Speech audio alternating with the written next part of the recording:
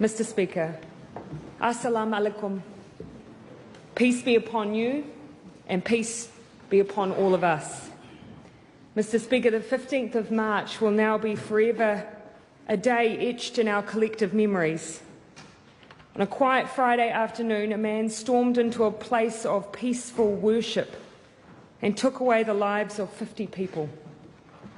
That quiet Friday afternoon has become our darkest of days.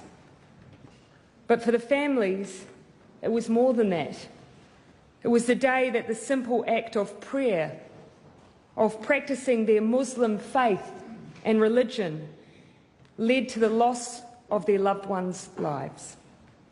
Those loved ones were brothers, daughters, fathers, and children. They were New Zealanders. They are us. And because they are us, we as a nation, we mourn them. We feel a huge duty of care to them. And Mr. Speaker, we have so much we feel the need to say and to do. One of the roles I never anticipated having and hoped never to have is to voice the grief of a nation. At this time, it has been second only to securing the care of those affected and the safety of everyone. And in this role, I wanted to speak directly to the families. We cannot know your grief, but we can walk with you at every stage. We can and we will surround you with aroha, manaakitanga, and all that makes us us. Our hearts are heavy, but our spirit is strong. Mr. Speaker, less than 6 minutes after a 111 call was placed, alerting the police to the shootings at Al Noor Mosque, police were on the scene. The arrest itself was nothing short of an act of bravery. 2 country police officers rammed the vehicle from which the offender was still shooting. They pulled open his car door when there were explosives inside and pulled him out. I know we all wish to acknowledge that their acts put the safety of New Zealanders above their own, and we thank them. But they were not the only ones who showed extraordinary courage. Naeem Rashid, originally from Pakistan, died after rushing at the terrorist and trying to wrestle the gun from him. He lost his life trying to save those who were worshipping alongside him. Abdul Aziz, originally from Afghanistan, confronted and faced down the armed terrorist after grabbing the nearest thing to hand, a simple FPOS machine. He risked his life and no doubt saved many with his selfless bravery. There will be countless stories, some of which we may never know, but to each we acknowledge you in this place, in this house. For many of us, the first sign of the scale of this terrorist attack was the images of ambulance staff transporting victims to Christchurch Hospital. To the first responders, the ambulance staff and the health professionals who have assisted and who continue to assist those who have been injured, please accept the heartfelt thanks of us all. I saw firsthand your care and your professionalism in the face of extraordinary challenges. We are proud of your work and incredibly grateful for it. Mr. Speaker, if you'll allow, I'd like to talk about some of the immediate measures currently in place, especially to ensure the safety of our Muslim community and more broadly, the safety of everyone. As a nation, we do remain on high alert. While there isn't a specific threat at present, we are maintaining vigilance. Unfortunately, we have seen in countries that know the horrors of terrorism more than us, there is a pattern of increased tension and actions over the weeks that follow. That means we do need to ensure that vigilance is maintained. There is an additional and ongoing security presence in Christchurch, and as the police have indicated, There will continue to be a police presence at mosques around the country while their doors are open. When they are closed, police will be in the vicinity. There is a huge focus on ensuring the needs of families are met. That has to be our priority. A community welfare centre has been set up near the hospital in Christchurch to make sure people know how to access support. Visas for family members overseas are being prioritised so that they can attend funerals.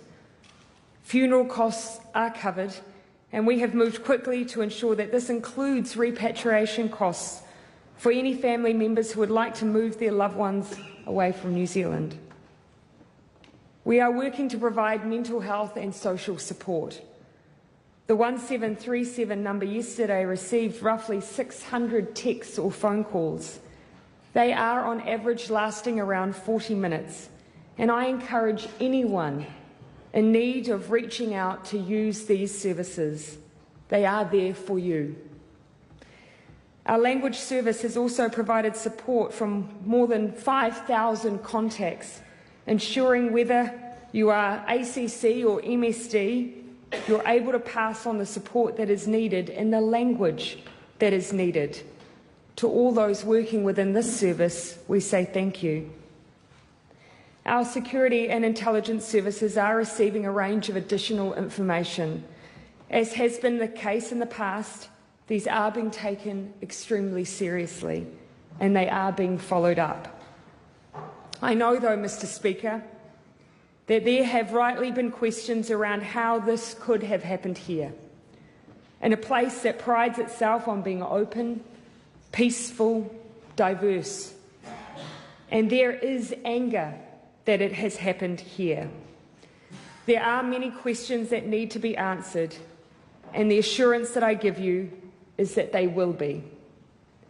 Yesterday, Cabinet agreed that an inquiry, one that looks into the events that led up to the attack on the 15th of March, will occur. We will examine what we did know, could have known, or should have known. We cannot allow this to happen again.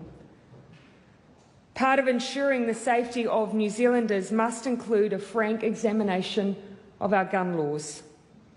As I've already said, Mr. Speaker, our gun laws will change. Cabinet met yesterday and made in-principle decisions 72 hours after the attack. Before we meet again next Monday, these decisions will be announced. Mr. Speaker, there is one person at the centre of this terror attack against our Muslim community in New Zealand. A 28-year-old man, an Australian citizen, has been charged with one count of murder. Other charges will follow. He will face the full force of the law in New Zealand. The families of the fallen will have justice. He sought many things from his act of terror, but one was notoriety, and that is why you will never hear me mention his name. He is a terrorist, he is a criminal, he is an extremist, but he will, when I speak, be nameless. And to others I implore you, speak the names of those who were lost, rather than the name of the man who took them. He may have sought notoriety, but we in New Zealand will give him nothing, not even his name. Mr. Speaker, we will look at the role social media played and what steps we can take, including on the international stage and in unison with our partners. There is no question that ideas and language of division and hate have existed for decades, but their form of distribution, the tools of organisation, they are new. We cannot simply sit back and accept that these platforms just exist and that what is said on them is not the responsibility of the place where they are published. They are the publisher, not just the postman. There cannot be a case of all profit, no responsibility. This, of course, doesn't take away the responsibility we too must show as a nation to confront racism, violence, and extremism. I don't have all of the answers now, but we must collectively find them and we must act. Mr. Speaker, we are deeply grateful for all the messages of sympathy, support and solidarity that we are receiving from our friends all around the world. And we're grateful to the global Muslim community who have stood with us, and we stand with them. Mr. Speaker, I acknowledge that we too also stand with Christchurch and the devastating blow that this has been to their recovery. And I acknowledge every member of this House who has stood alongside their Muslim community, but especially those in Canterbury, as we acknowledge this double grief. As I conclude, I acknowledge that there are many stories that will have struck all of us since the 15th of March.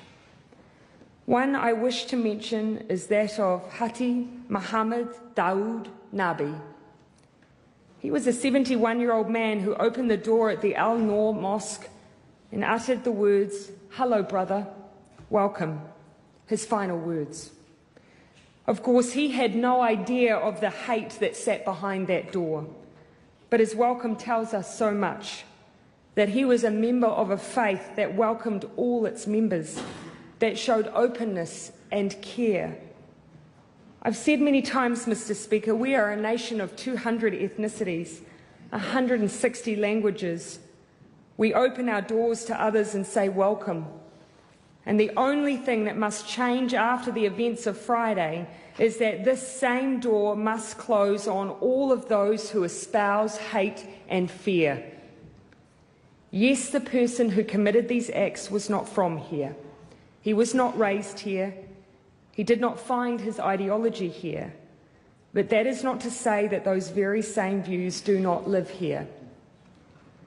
I know that as a nation, we wish to provide every comfort we can to our Muslim community in this darkest of times, and we are. The mountain of flowers around the country that lie at the doors of mosques, the spontaneous song outside the gates, these are ways of expressing an outpouring of love and empathy. But we wish to do more.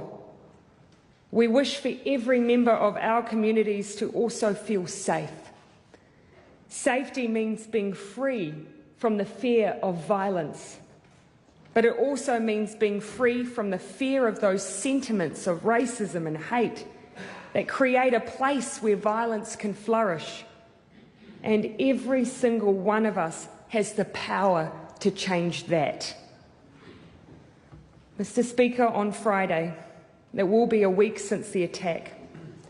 Members of the Muslim community will gather for worship on that day.